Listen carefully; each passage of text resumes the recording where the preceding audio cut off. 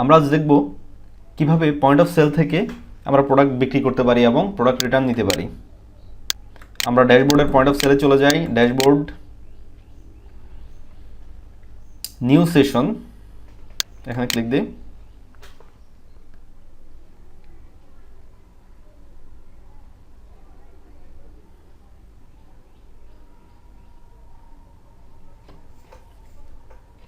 আমাদের পোস্টে ওপেন হচ্ছে।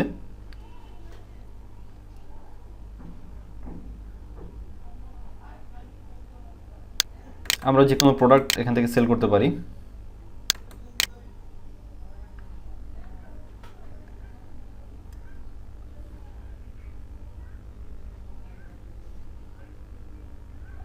পেমেন্ট,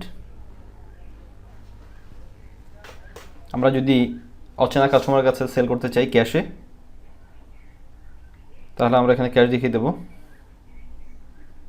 701 টাকা, আমাদের 800 টাকা আমরা পেয়েছি, 99 টাকা রিটার্ন দিতে হবে। Validate, next order. আমরা আরেকটি প্রোডাক্ট সেল করছি, যেমন গ্রিন স্মিথ অ্যাপল, আমি 2 পিস সেল করব।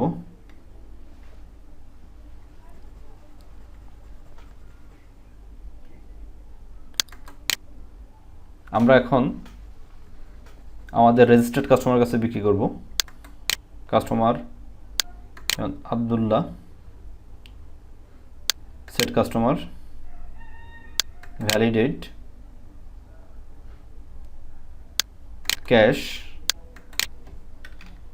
10 টাকা, 2.82 টাকা, return, validate.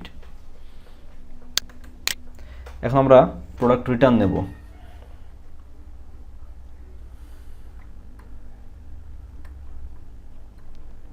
Green Apple, granny Smith Apple, আমাদের যদি রিটার্ন নিতে হয় আমরা প্রোডাক্টটা সিলেক্ট করব। সিলেক্ট করে এখানে মাইনাস চুজ করব, 1 পিস, আমরা 1 পিস রিটার্ন নিচ্ছি। Payment, cash,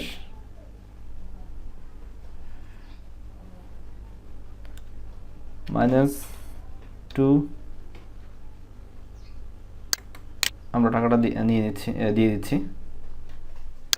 next order. আমরা পয়েন্ট অফ সেলটি ক্লোজ করে দিচ্ছি আজকের জন্য। যদি আমাদের যখন বিক্রি শেষ হয়ে যাবে তখন আমরা এটাকে এভাবে করে ক্লোজ দিয়ে দিচ্ছি। কনফার্ম।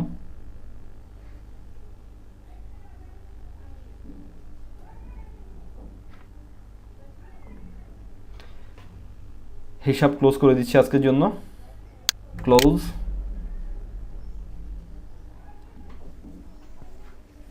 এবং আমাদের যে 706 টাকা সেই হিসাবটা আমরা ক্যাশে জমা দিয়ে দিচ্ছি। Validate closing and post entries, এটা ইন প্রোগ্রেস থেকে আমাদের ক্লোজ অ্যান্ড পোস্টেডে চলে আসছে, অর্থাৎ আমাদের টাকা আমরা ক্যাশে জমা করে দিয়েছি। তো বন্ধুরা, এভাবে আমরা আমাদের পোস্টটি ব্যবহার করব। সবাইকে ধন্যবাদ।